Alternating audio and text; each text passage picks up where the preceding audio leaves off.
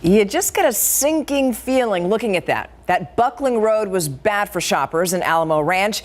KSAT viewer Jasmine Garza caught it on camera while she was on her way to a Target.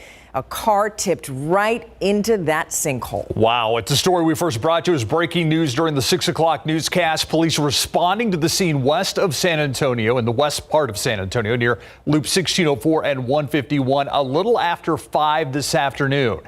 When we went back to the scene where we saw overturned shopping cart blockades and police tape, you can see it from Sky 12. One viewer saying this situation has been developing since yesterday, actually. The night team's Patty Santos went to check it out, and crews are trying to keep drivers away from that sinkhole. Take a look. This is the water main break. It's really right in the middle of one of the main entrances to this shopping center.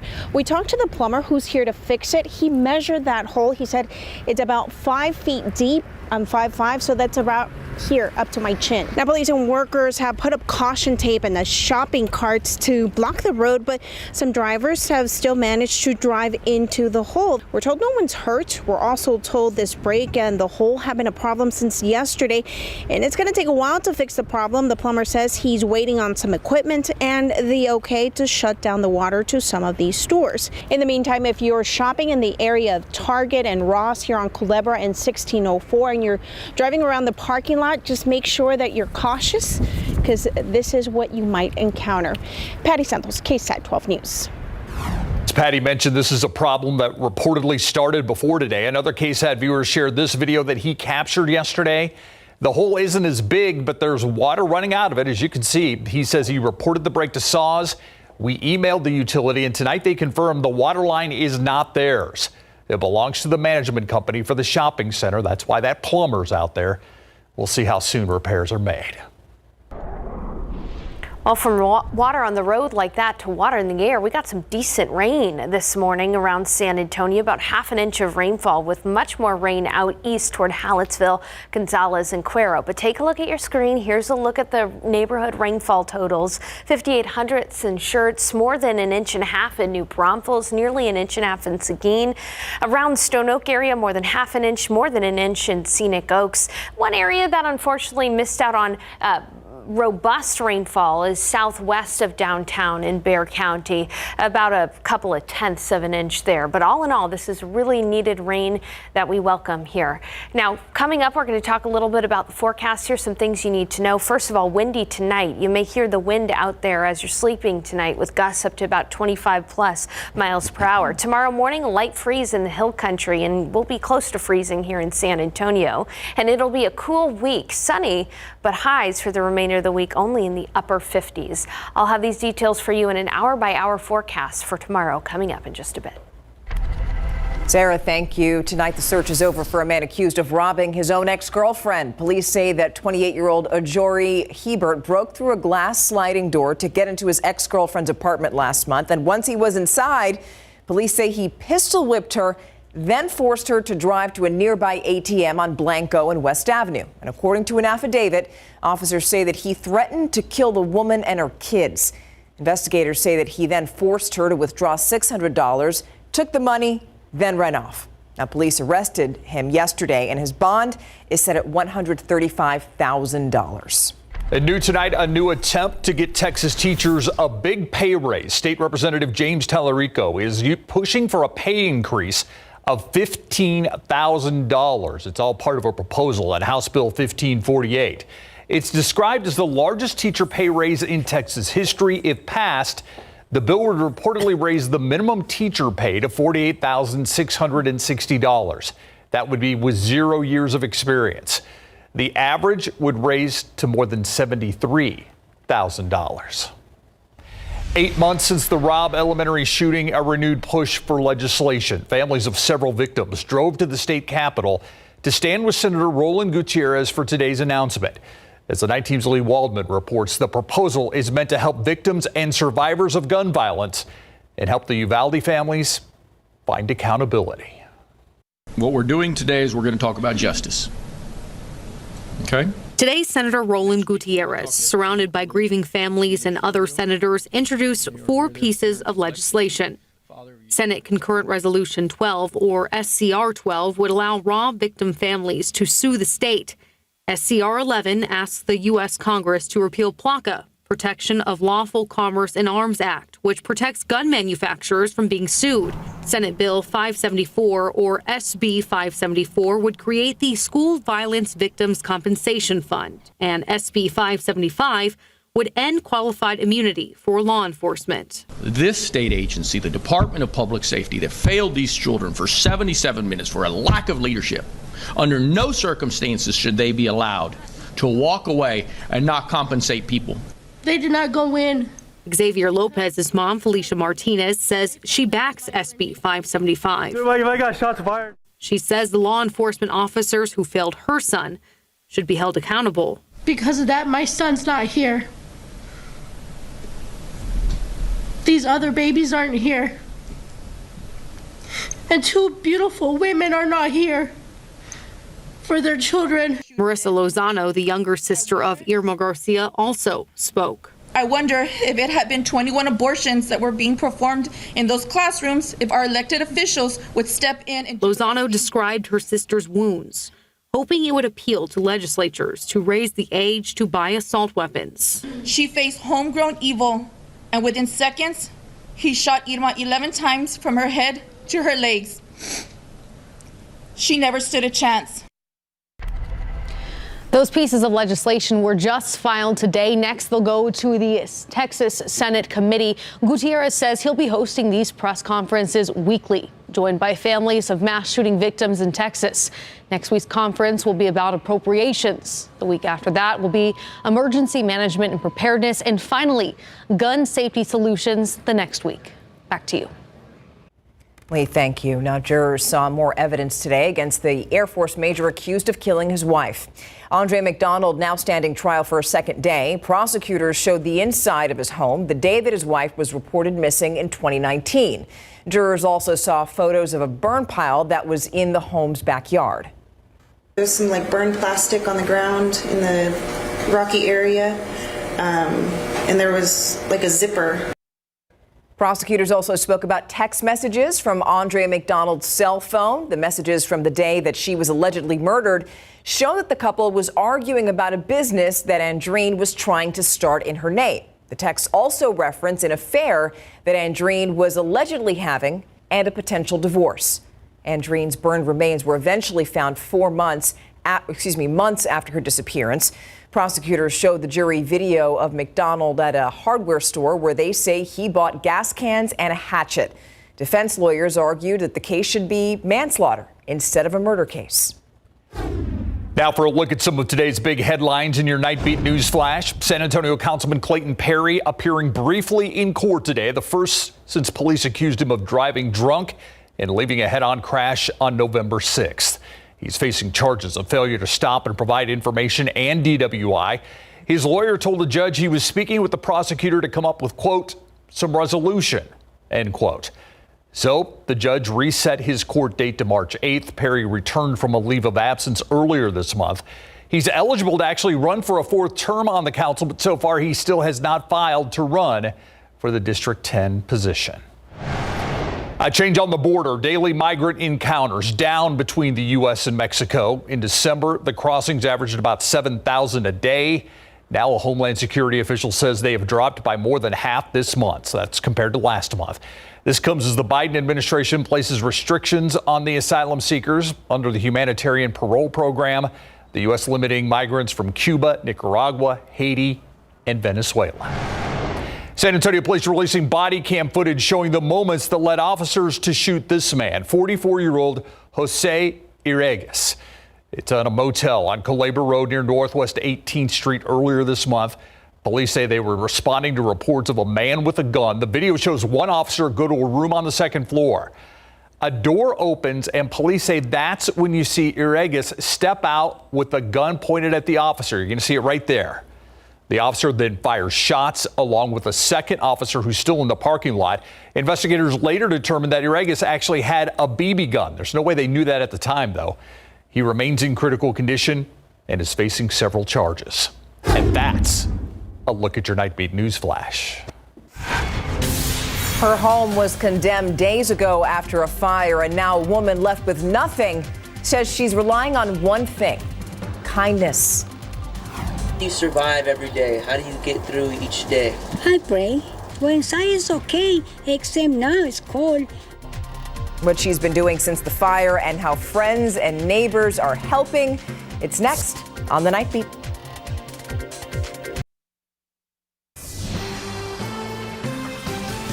The man accused of killing 23 people in a racist attack at a Walmart in El Paso plans to plead guilty to federal charges. That's nearly a week after federal prosecutors decided not to seek the death penalty in this case. 23 people killed at that Walmart in 2019. The suspect accused of targeting Mexican people, and he faces federal hate crimes. The federal trial would start next year. The accused gunman could still face execution depending on the outcome of a state trial.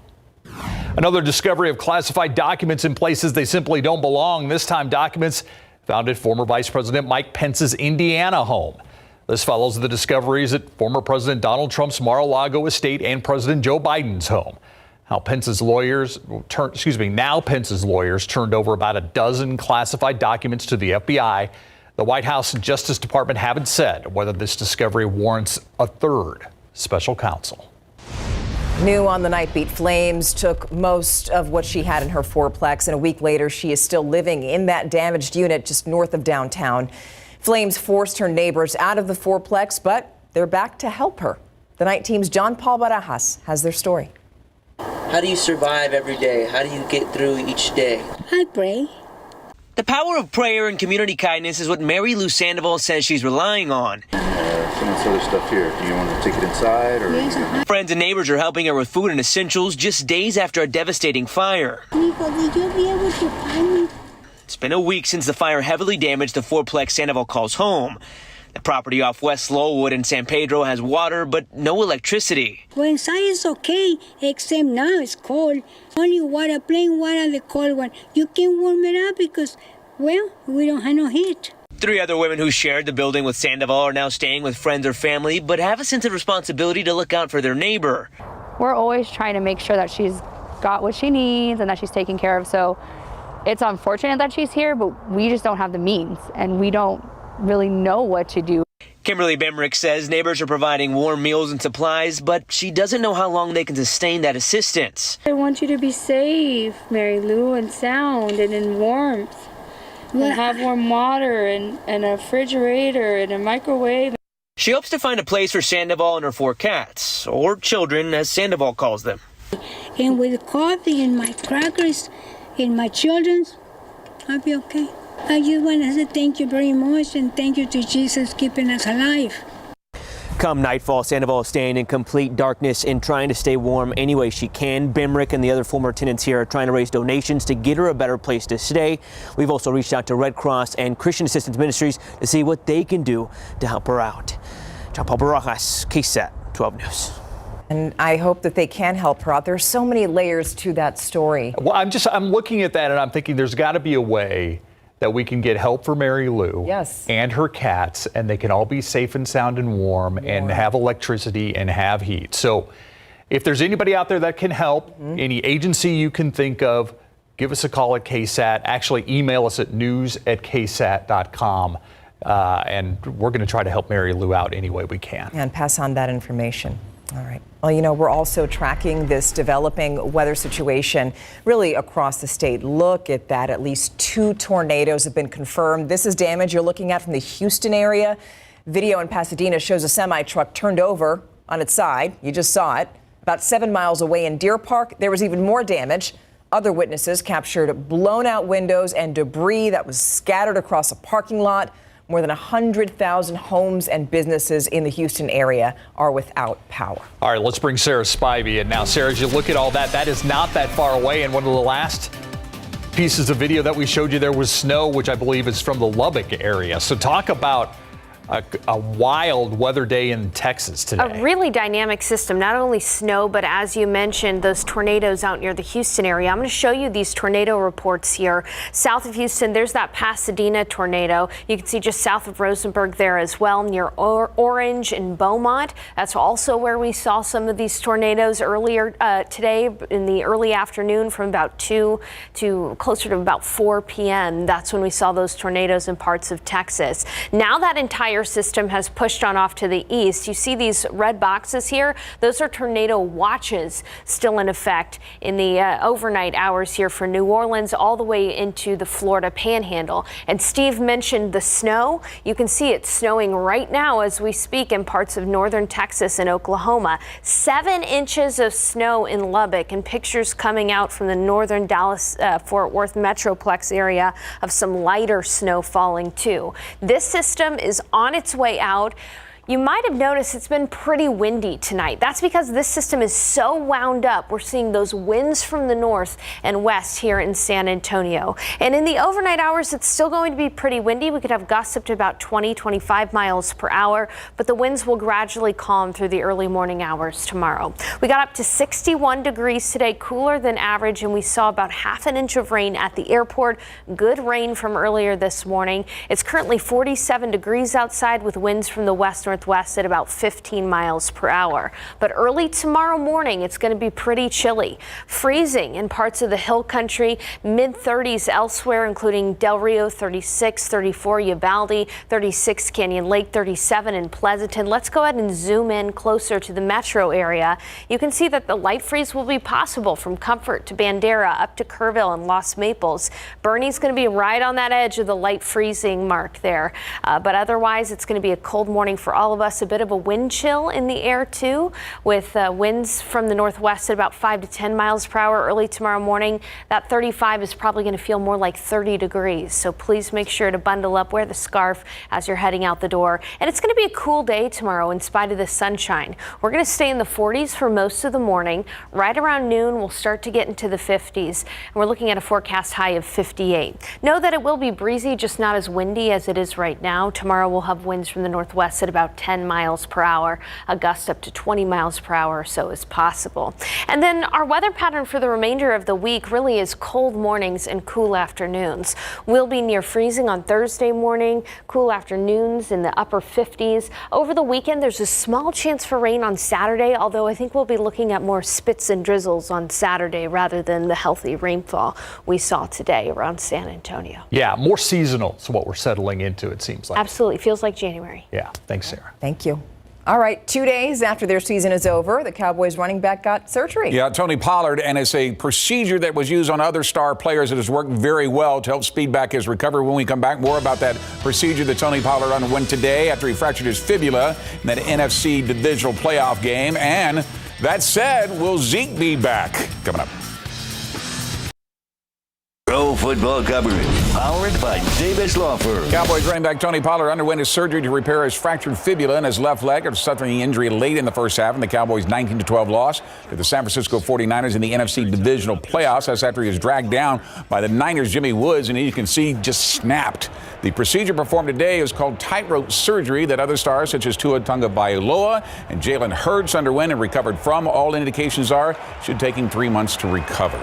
Now that the Dallas Cowboys season has come to another disappointing finish, the question is who will be back next season to try and take the next step in the playoffs to return to the NFC Championship game now for the first time in 28 years. Star running back Ezekiel Elliott is one of those players in question since the $90 million contract he signed in 2019 has run out of guaranteed money at $50 million. Elliott is due to make $10.9 million this season if the Cowboys want to continue his deal. It's their option only, but after posting a career low in yards per carry at 3.8 this season and finishing with 876 yards and 12 touchdowns, the Cowboys could just cut him. But according to the Dallas Morning News, Elliott is willing to take a pay cut to stay wearing the star, and with the injury to Tony Pollard, the Cowboys are said to be interested in trying to work out a new deal to keep Zeke. This is what he had to say when asked about his future with the Cowboys after that disappointing defeat. Definitely thought about it. I want to be here. I don't have a crystal ball, can't tell you the future, but I definitely want to be here. All right, the Houston Texans are interviewing Giants offensive coordinator Mike Kafka for the second time. That's after the Texans fired Lovie Smith after only one season and have now interviewed 8 coaches about replacing him. Kafka was responsible for turning around the Giants offense this season that put them in the playoffs, only to be eliminated by the Philadelphia Eagles in the NFC divisional playoffs. Kafka's interview will take place tomorrow, but before that happened, the Texans sat down with Broncos defensive coordinator Giro Evero today. Our San Antonio Spurs have now lost 10 out of their last 12 games and still sit in second to last place in the Western Conference, with the Houston Rockets dead last. That's after their high-scoring blowout loss to the Trailblazers in Portland last night to tip off a 3-game West Coast road trip that now moves to Los Angeles for back-to-back games of the Lakers and Clippers. The Spurs had 8 players in double figures, including the entire starting lineup, led by Keldon Johnson with 20. Right behind him, rookie Jeremy Sohan with 18. And off the bench, the Spurs had 3 players in double digits, led by Doug McDermott, who had 13. That included 3 for 3 from three-point range. The Spurs exchanged bucket for bucket in the first half to wind up tied at 74 all at halftime, but then turned around and gave up 45 points in the third quarter, a new season high, snapping the old one set against the Warriors in the 50th anniversary game in the Alamo Dome. Damian Lillard was a big part of that as he rained down 37 points on the Spurs in the 147-127 rout. Now, one of the key stats last night was fast break points. The Blazers scored 24 compared to the Spurs just 6. We've got to concentrate on better team defense and really believe that that's a priority. We're not in a position where we can make that many mistakes defensively. Now, before the Spurs take on the Lakers tomorrow night, the Lakers have to face the Clippers tonight in Los Angeles. That's where LeBron James is closing in on an all-time set by Laker great and Hall of Fame Kareem Abdul-Jabbar. Going into tonight's game, James needed 224 points to break Kareem's record of 38,387 points as the all-time leading scorer in NBA history. If LeBron keeps scoring at the pace he has set this season, that record could fall when the Lakers face Oklahoma City Thunder on February the 7th. Tonight, James has 18 points in the first half, needing just 206 more. Next game takes place for the Spurs tomorrow night. Back-to-back games now for the Lakers as well at 9:30. High school basketball next. Big matchup in girls hoops tonight. District 27 6A 5-0 Steel hosting 4-1 Judson. Knights won the first matchup between these two, and they're trying to rally in the third quarter. Pass goes out to Aubriana Dandy for a corner 3. Steel cuts the deficit to 8 points, but Judson starts to pull away off the crossover. Delaney Arredondo spots up and drains the triple. Rockets lead 30-21 heading into the fourth quarter. Then Kayla King knifes her way to the basket, gets a floater to fall. Judson hands the Knights their first district loss. 41-31 is now tied with Steel atop the standings. Same matchup on the boys' side over at Judson High School. Rockets taking on the Knights. Judson battling back from an early deficit. Zeke Chandler gets it to fall in the transition. Count it plus the foul for a 3-point play. Rockets trail 20-17, but the Knights respond. Kick out to Jonah Johnson for his second of back-to-back 3 balls. Steel picks up a huge road win, 69-61. District 26 5A 6-1 Veterans Memorial Boys hosting Piper here. Patriots take the control early from the jump long pass here ahead to Tyler Cook, and he throws down the one-handed jam. 2-0 Veterans Memorial. Then a few minutes later, Demarion Dennis pokes the ball away, takes it in the distance for another slam, forcing another timeout.